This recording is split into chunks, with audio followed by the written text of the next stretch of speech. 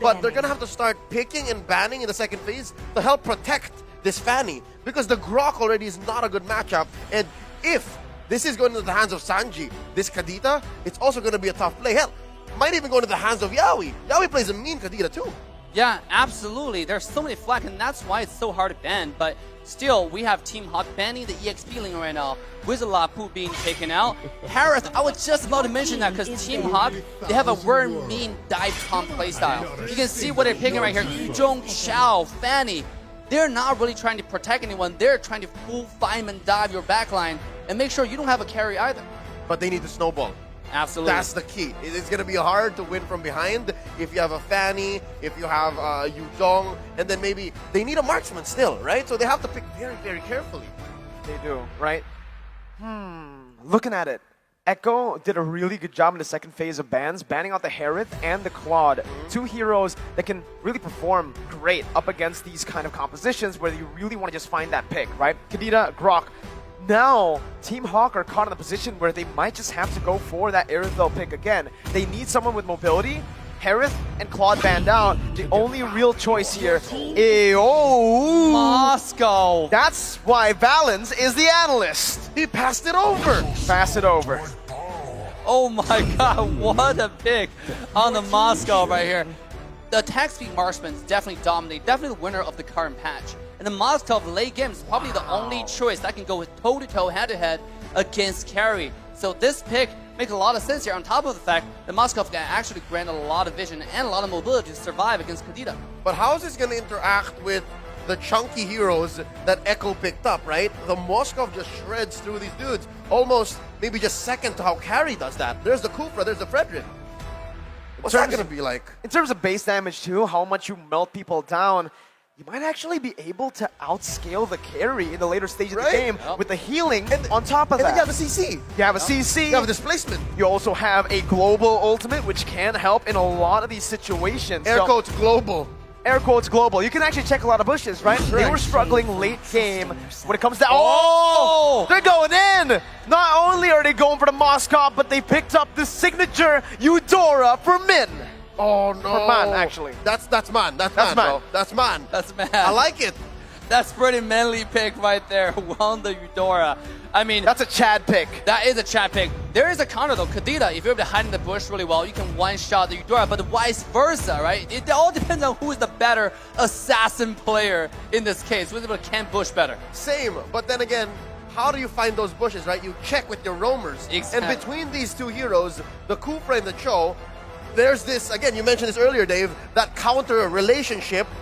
Kufra just eats Cho alive.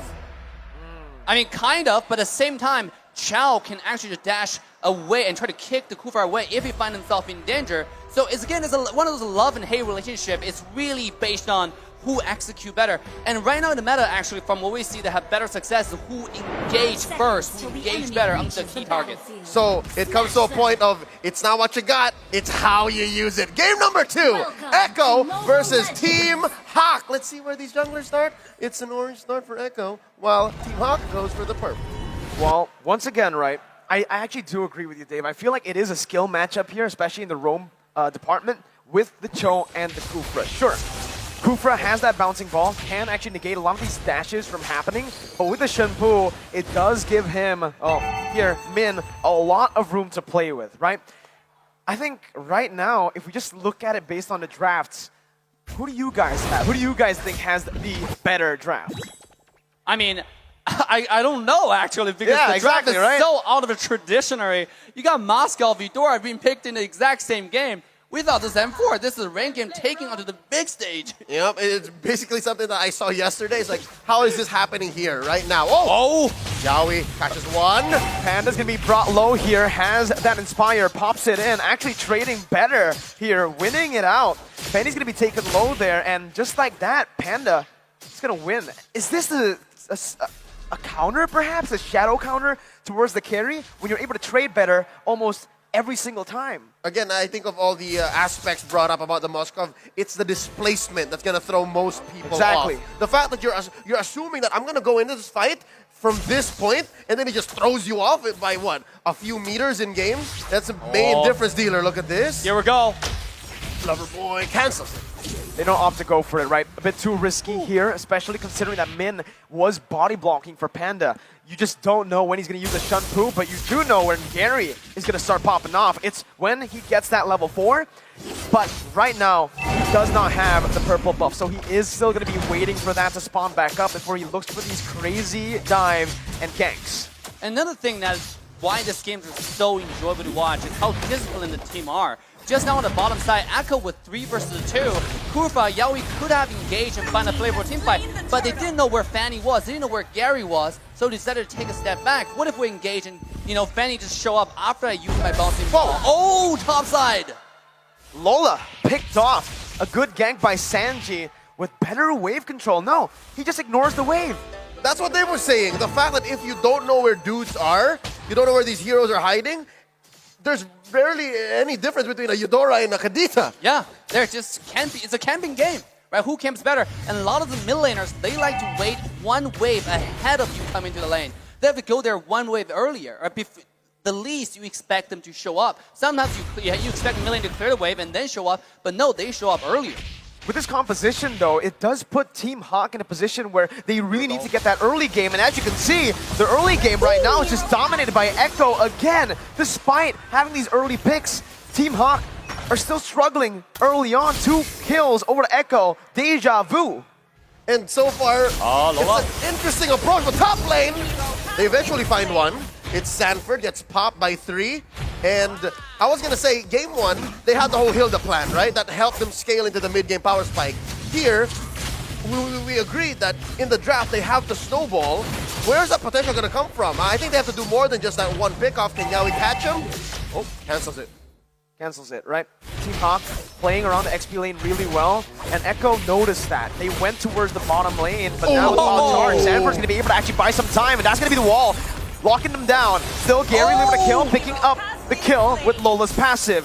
Top lane tier 1, still very, very low as Carl TZ looks to get a kill back. Not going to be able to get in range, but Sanji's here. Gary able to sidestep, and he uses the cables to get out. 1 HP, Gary gets out. Oh my god, bottom side though, another engage coming from Team Hawk, and they're trying to get more gold right now.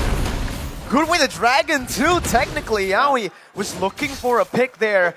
But again, I do believe Team Hawk, they just come out with the advantage. Never mind, Echo finds a way to trade it back. Just as quickly, right? Never mind. I think it's eyes on the prize.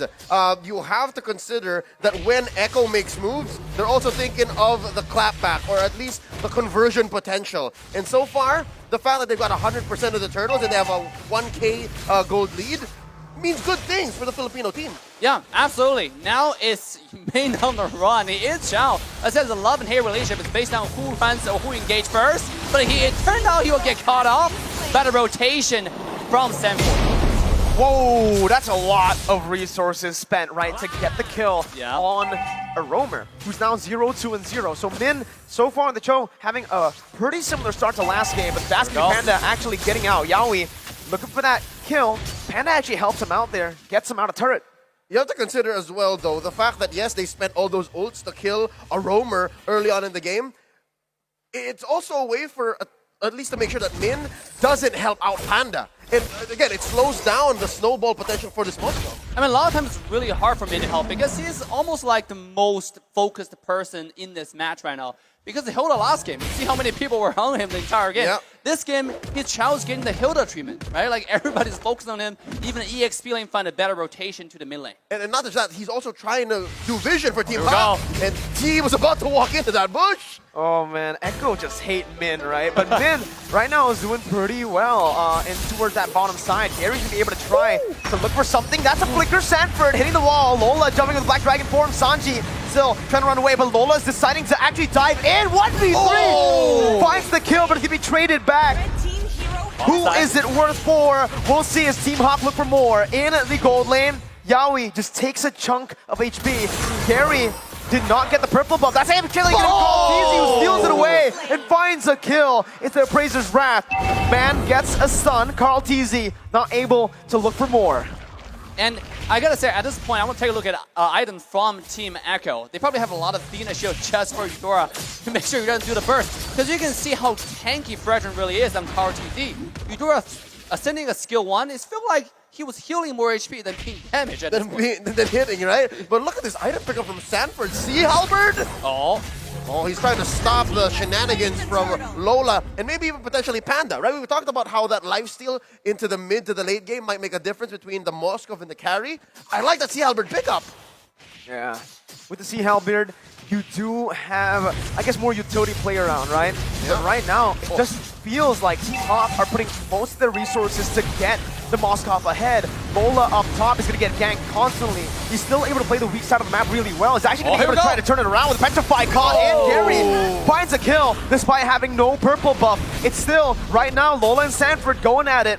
But with that sustainable ability, Lola is going to be able to actually get out of that one. First turret for Team Hawk.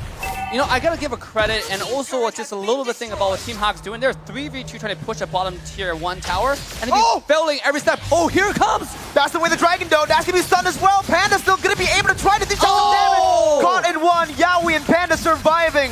Just barely. But Benny now, still with full HP, will mean that they will still have more pressure in the gold lane. Or was it just me holding my breath? I think that was everybody, right? That's gotta be everybody. Look at the lover boy. Here we go. Yeah, we have the Tyrant's Revenge and the Rage. Benny gonna be able to actually dish out some damage, but that's gonna be the stun coming in. Not enough. Gary coming in, looking for the damage. Can you imagine that? Whoa! A double kill for Benny, but a double kill back for Gary. He gets out with the cables, but Sanford and Sanji are here. The flicker of the wild charge and water to smack him around. That's a shutdown for Echo. And that's why Grok is so good in the side lane right now. The ultimate wild charge into the flicker. The least expected engage. You don't see it coming like, oh, this is gonna miss. But little did you know, no, you're gonna go back to the black and white screen. Yep, that was what, a 2 or 3 step process to eventually lead it to Echo, getting a 2K lead, right? That was, what, miles away that they planned. We didn't even think about it. We could have sworn that Team Hawk was ahead, but look at the conversion. They pushed down bottom. They're trying to make a way up top. Mid lane, though, standing still. I think this is where the difference has to be made because these mid laners, they've always been rotating the side lanes. Here we go.